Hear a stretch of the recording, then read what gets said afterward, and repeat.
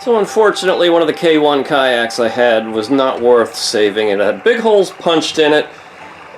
It was really beat up. The seams were in really horrible shape. All the rudder mounts and the tiller and everything was rotted out of it. It would have just been way too much trouble than it was worth. So I found a way to repurpose it here. I've put it on a couple pieces of wood here to make a nice little hearth.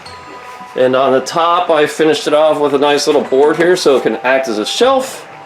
And it is now an indoor fireplace or an indoor chimney. I'll light it up here.